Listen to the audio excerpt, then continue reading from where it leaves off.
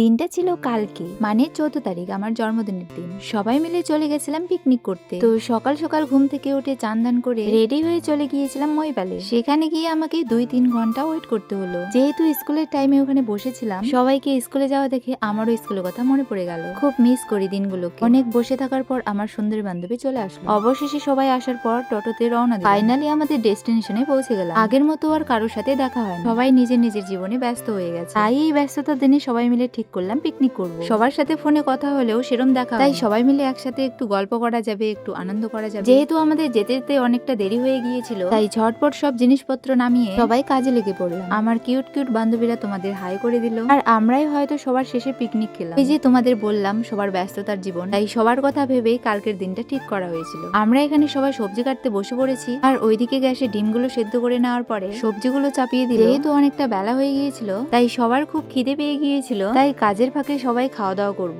আর আমার এই বন্ধু কিন্তু খুব ভালো রান্না করতে পারে। খাওয়া দাওয়া শেষ করার পরে ডিম ভাজতে চলে আসলাম, কারণ আলু দিয়ে ডিমের কষা রান্না হবে। আর এইদিকে বন্ধু মাংসগুলো ধুয়ে নিল। সবাই মিলে কাজ করা, একসাথে রান্না করা, মানে সেটার মজাই অন্যরকম। তারপর আমরা চলে গেছিলাম সবাই মিলে নদীর ওইদিকে। আর এই জায়গাতে কিন্তু আমি প্রথমবার আসলাম। আমাদের বাড়ি থেকে প্রায় একটু দূরেই পিকনিক করার মতো মোটামুটি ভালোই জায়গাটা। যতক্ষণে আমরা ওইদিকে ঘুরতে যাই, ততক্ষণে বন্ধুদের রান্নাবাড়ি কমপ্লিট। তারপর আবার আমার জন্য কত সুন্দর কেক সাজিয়ে রেখেছে। এত সুন্দরভাবে আমার সুন্দর দিনটাকে আরো সুন্দর করার জন্য তোদের সবাইকে অনেক অনেক ধন্যবাদ। খুব মিস করবো রে এই দিনটাকে এবং তোদের। আর দেখো এদের ফাজলাম, সবাই একসাথে হলে এরকমই হয়। তো আমাদের কেক কাটা সমাপ্ত হয়ে খাওয়া দাওয়া করতে বসে পড়লাম, কারণ বেশি বেলা ছিল না। খাওয়া দাওয়া করে আবার বাড়িও আসতে হবে। আর আমাদের মেনুতে ছিল সাদা ভাত, বাঁধাকপি সবজি, পাঁপড়, ডিম আলু কষা, চিকেন, আর শেষে ছিল দই মিষ্টি